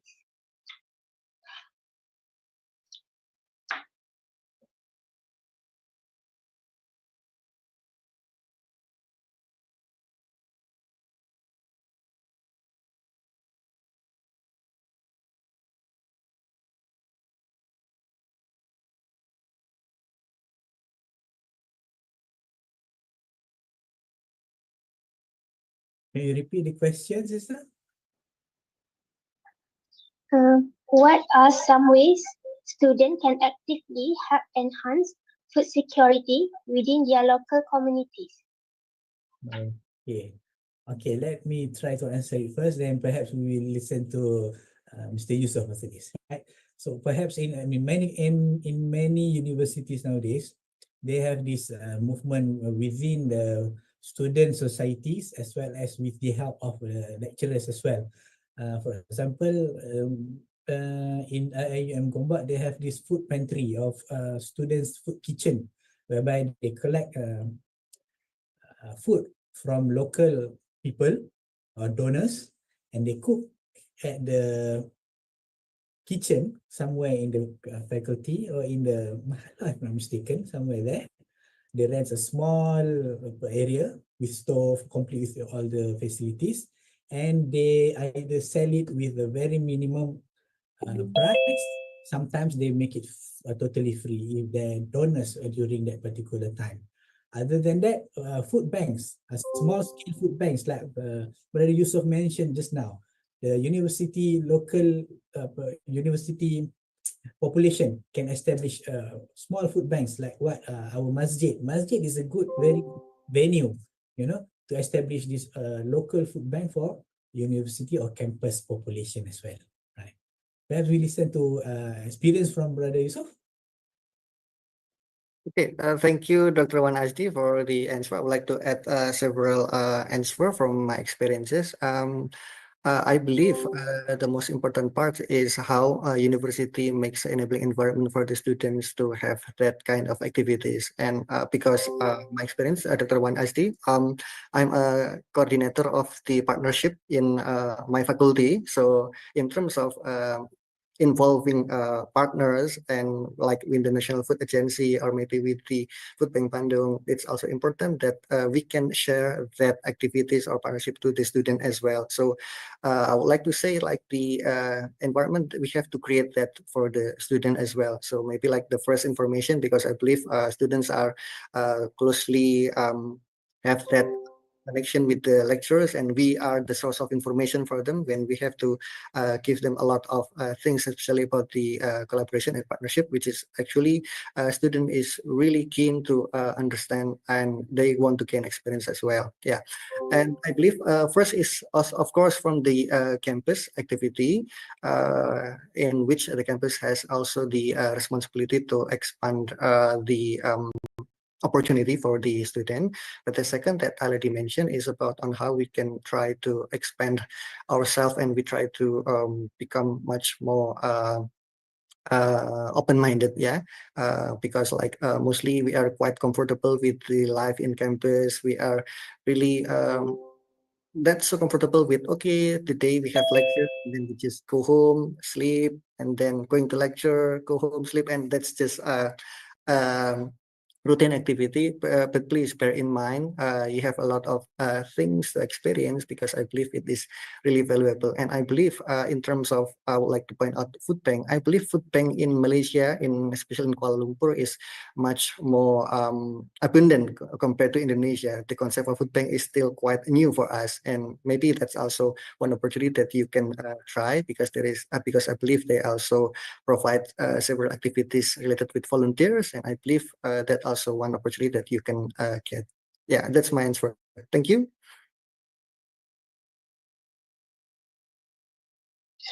Thank you, Mr. So now the question for Mr. Yusuf. Is there any initiative that was taken in Universitas Brawijaya to tackle food insecurity among the students, especially to those who don't have enough money to buy healthy foods? Okay, thank you very much for the question. The question was about, is there any initiative that is has been done from the university to the student who has several problems with the food insecurity or access on accessing for healthy food. Yeah. I believe that is really a good question, because currently we still don't have that exact program in terms like a food basket, like Dr. Wan Azdi mentioned previously, on identifying several students who have difficulties in terms of accessing food insecurity. But the programs in Brawijaya University, like the scholarship program, and also several aid fund assistance in terms of students who are having condition with the low socioeconomic status. But in specifically related to food, we still don't have it right now, but also that becomes a really good idea as well later on to put food as a priority, especially that's also the right for the individual, especially as student as well. So currently there is not there is no initiative, but I believe that is really good idea. Thank you for the idea. Okay, back to Dr. Wan Azdi. The question is, how can dietitian utilize technology such as mobile apps and telehealth to better identify and support individuals facing food insecurity, ensuring they receive personalized nutrition guidance and access to essential resources? Okay, thank you very much. With the usage of AI and things like that. For your information, at the moment, we have a food security for students study. It's a pilot study among our population here in IIM. Mr. Yusuf, for your information, we are situated in Pahang, Kuantan, Pahang, 240 kilometers from Kuala Lumpur, basically. As you mentioned just now, food banks is quite many NGOs organizing food banks in Kuala Lumpur, right? But in Kuantan, I think we need to start one lah, starting with our own local community first, and perhaps we expand that. Thank you very much for your idea just now, right? Back to the question just now. At the moment, one of the team, me included in that team, Foster and Dr. Roslawati from we have we still going. The study is still ongoing, basically, to develop the apps with the help of collaboration with our Pusat Zakat, identify the needy students, to pilot the usage of apps and collaborate with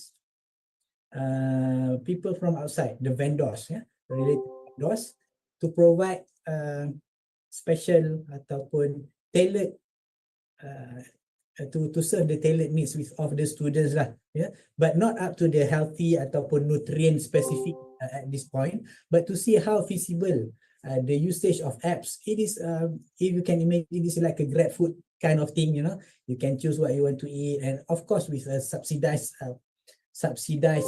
cost, subsidized price for students. So if this particular project succeeded, perhaps we will, of course, enhance and make use of that particular item, particular apps and things like that. And of course, as you mentioned just now, we can include the components of healthy eating inside there to ensure that our students not just have enough food, but also quality, good quality and nutrient dense food in the future, inshallah. So perhaps some of you will have become one of the participants in the pilot study. Perhaps you can tell us your experience later on, and inshallah we will try to improve that from time to time lah. Thank you for the one who asking. Okay, now we're back again to Mr. Yusuf. The question is, how to store the food in the rural areas during the transportation and distribution? Yeah, okay. Thank you.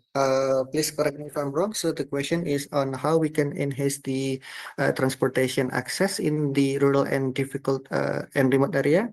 Please correct me if I'm wrong. Is that the question?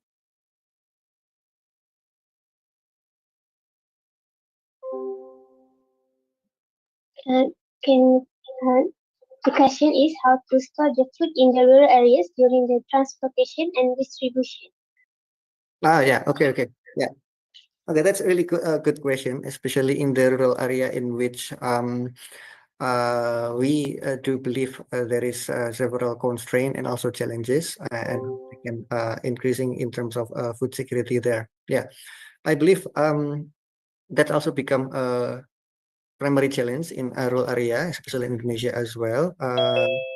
In terms of that, the main point that we have to point out and we have to do is this is have a strong role in between from the local government, like from the government of the rural itself, or even from the drive from the community. Yeah, in terms from the government, let's say like the head of the village.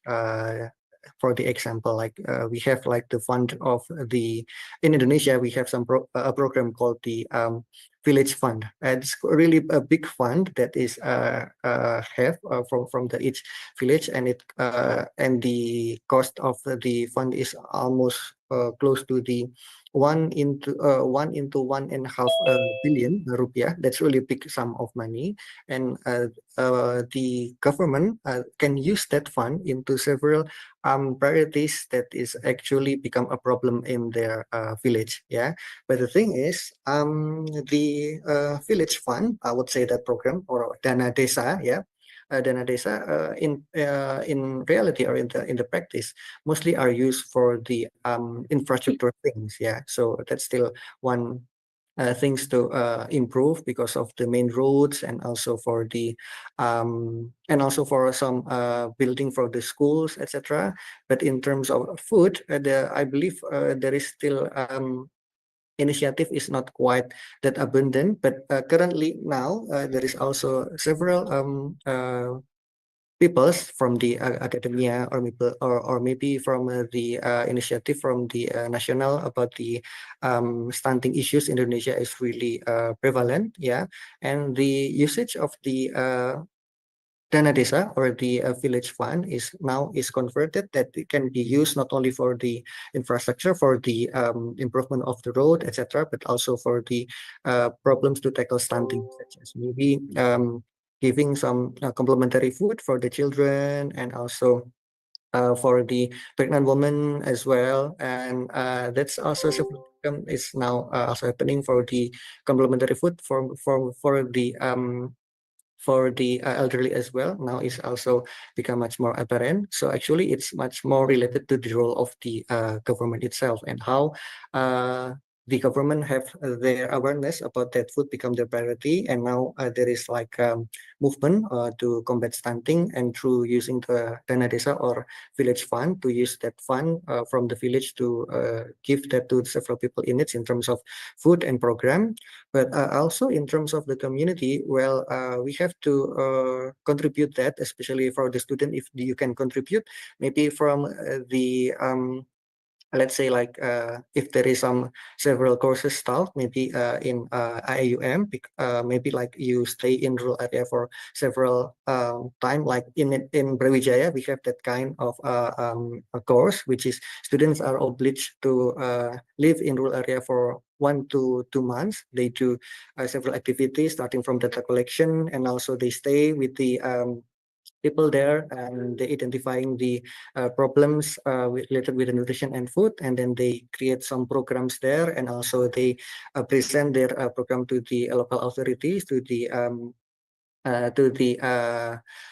village elders, and then they ask the permission, and we have discussion, and then they can implement the program for the nutrition and food. So that's also the role of the students there. So we can advocate about the importance on food and nutrition, so that the government have awareness in the rural, so they can implement several programs much more to the nutrition, and also to support food security. I hope it answered the question. Thank you. Okay, for the last question is for Dr. Azdi. What is your point of view on the impact of food delivery service such as Food Panda, Grab, etc. on food security? Okay, thank you very much. That is very good questions. It enhanced the accessibility in terms of delivery, but in terms of economic accessibility, perhaps it depends on the particular individual and households. Because when you buy it through delivery, of course, it is easier for you if you have money, but you don't have transportation. But if you don't have money, it still be a problematic issues with you, right? So perhaps in that sense, perhaps the local government or the government itself can create another types of delivery of food for the needy people. For example, in some developed countries, they have this type of service. It is not available every day, but people who are elderly, who cannot drive, who cannot go out of their house, they have this particular services where they can order food, and food will be sent to their home. So that is another venue to venture in terms of food delivery. But of course, the healthy food and things like that, we need to educate. As what Brother Yusuf mentioned just now, education is part of the important sectors in terms of food security and nutrition as well, right? But I really I hope that answered the question. But I really admire Brother Yusuf effort in terms of accessing people who are hard to reach. You see, in the rural area, in jungle area, and things like that, right? So I have one question for you. Can I have a question also? How do you actually? Yes, please, Dr. Wan SD. All right. How do you actually reach this type of hard to reach people, and how do you encourage them to participate in your program? You see, because these type of people are sometimes they are excluded from the modern society or urban activities. You see, but I can see from your pictures that they look happy to join your activities. What is your experience over there? Okay, thank you, Dr. Wan SD. Well, I really got the chance because, well, I would like to say first, like in the slide as well, like because of the collaboration with the C4 and ICRAF, then it enabled us, the lecturers and also several colleagues to do several research, especially in the remote areas. And, it's really a faraway place from Java to the Papua, and maybe in total, it can take about 6 hours of flight of plane, just like when from Indonesia to Japan. So it's like equal, but actually we're still in the one country. And my experiences is quite really mixed a lot, Dr. Wan SD, because traveling to other island with the different ethnicity, different cultural values and the belief as well. There is a lot of things mixed happening in terms of my personal experience. First thing first is I would say it is very, very challenging in terms of how we educate people there. Yeah, especially, this is just for sharing stories from me, especially in the local people in Papua. They are still having that mindset that is they want to live on their own traditional value, just like what you have already mentioned in terms of modernized things, which is I would like to share, like just like several years ago. When there is a program from the government to build a main road, which is the main road, which is actually the main purpose is to make things much more easier for the mobilization from the food transportation, etc. The locals said we don't need road, we just need to walk by feet from one area to other area, and that becomes a really polemic on that when the program happens, yeah. And there's a lot of things happening there because Papua is also some region which is quite really related with the several political agenda, but I don't want to mention about that here. But I would like to say the experiences to educate people there is really challenging. But I would like to say as well, if we can try to approach them more like in the soft way, and we can try to live them together, and we know what are their intention, then we can also educate them, and they actually also happy with us. But still, there is a lot of some reluctance and also some things they will refuse about our ideas to educate them, because yeah, it's really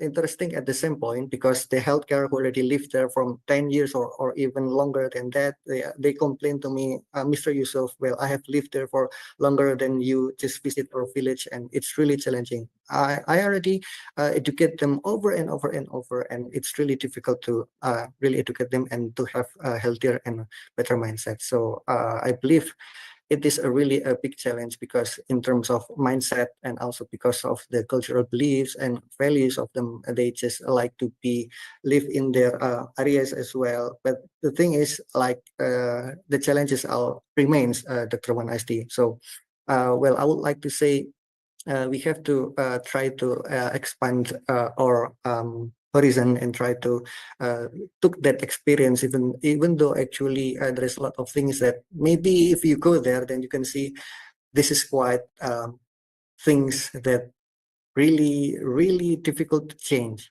but still we still have to contribute, even though in the smallest contribution as well. So that's it, Mr. Wanasdi, and I believe there are a lot of things for us to contribute, and that's also our duty as well as human being to become good people to another. I hope it answers your question, Dr. Wanasdi, and I would like to thank you, and I really enjoy your presentation.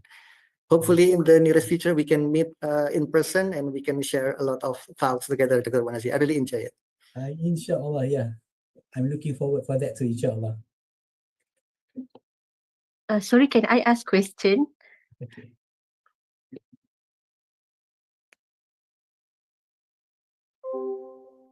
Yes, Yes, sure. please proceed. Yes. Okay. Assalamualaikum. I'm Rose from IUM. Thank you both these speakers, Dr. Wanazdi and Mr. Yusof.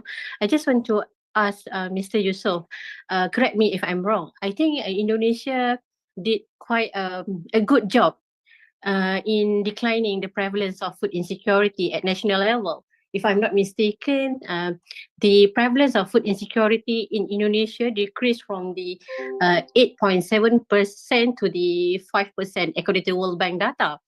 And my question is, from your opinion or observation, what is the major contribution to the declining numbers of the prevalence at the national level in Indonesia, from your opinion?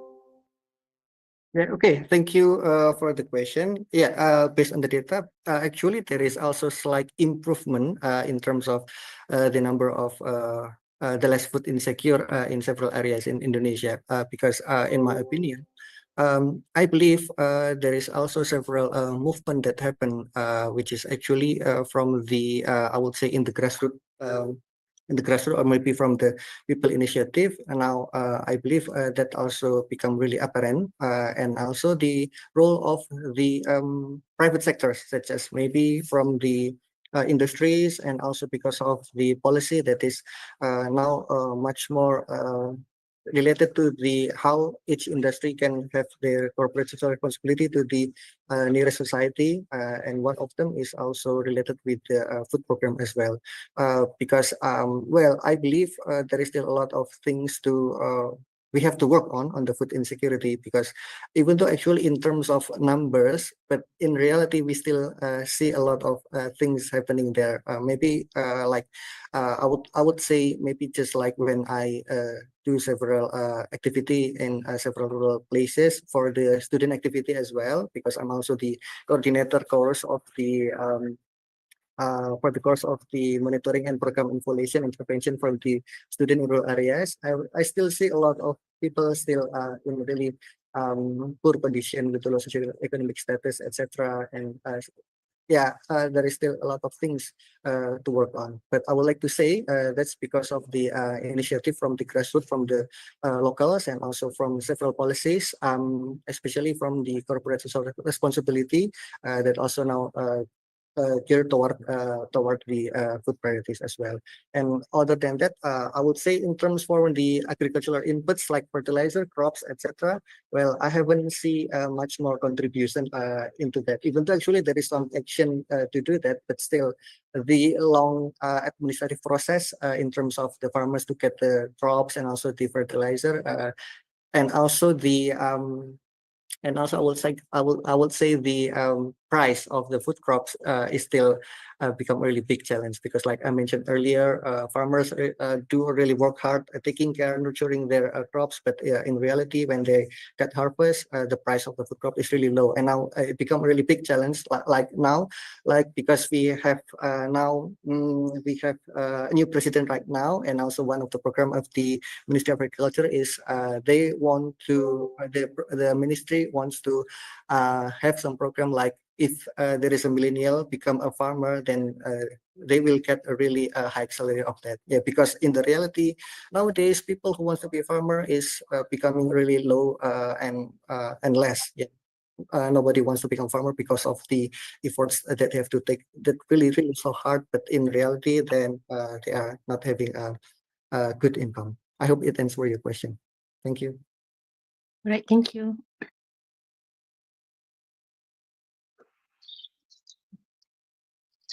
Thank you to everyone for your thoughtful question. and to our speakers for their insightful responses.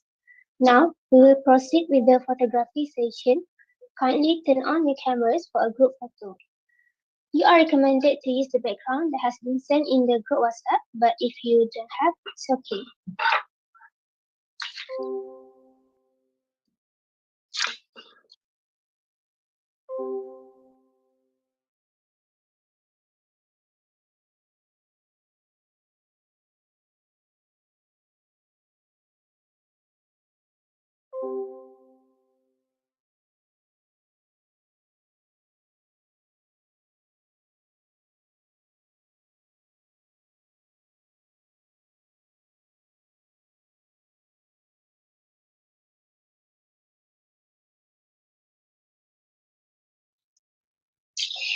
Okay, a gentle reminder to all participants to fill in the attendance and feedback forms accessible via the chat box.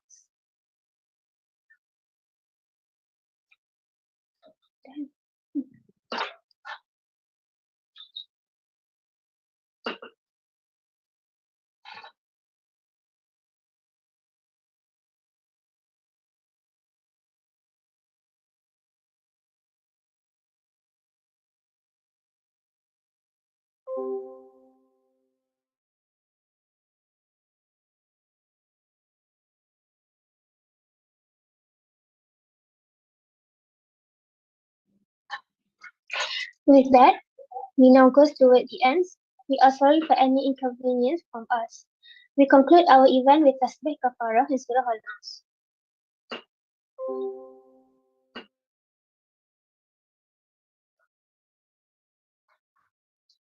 We hope you found the session insightful and valuable. Thank you for joining us, and we wish you a pleasant day ahead. Assalamualaikum and goodbye.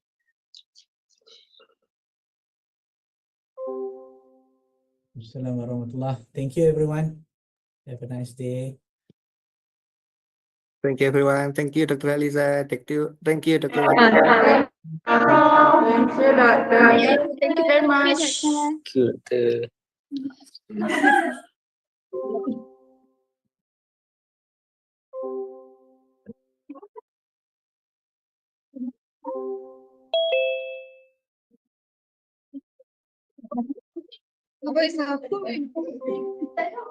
Kita Banyak orang.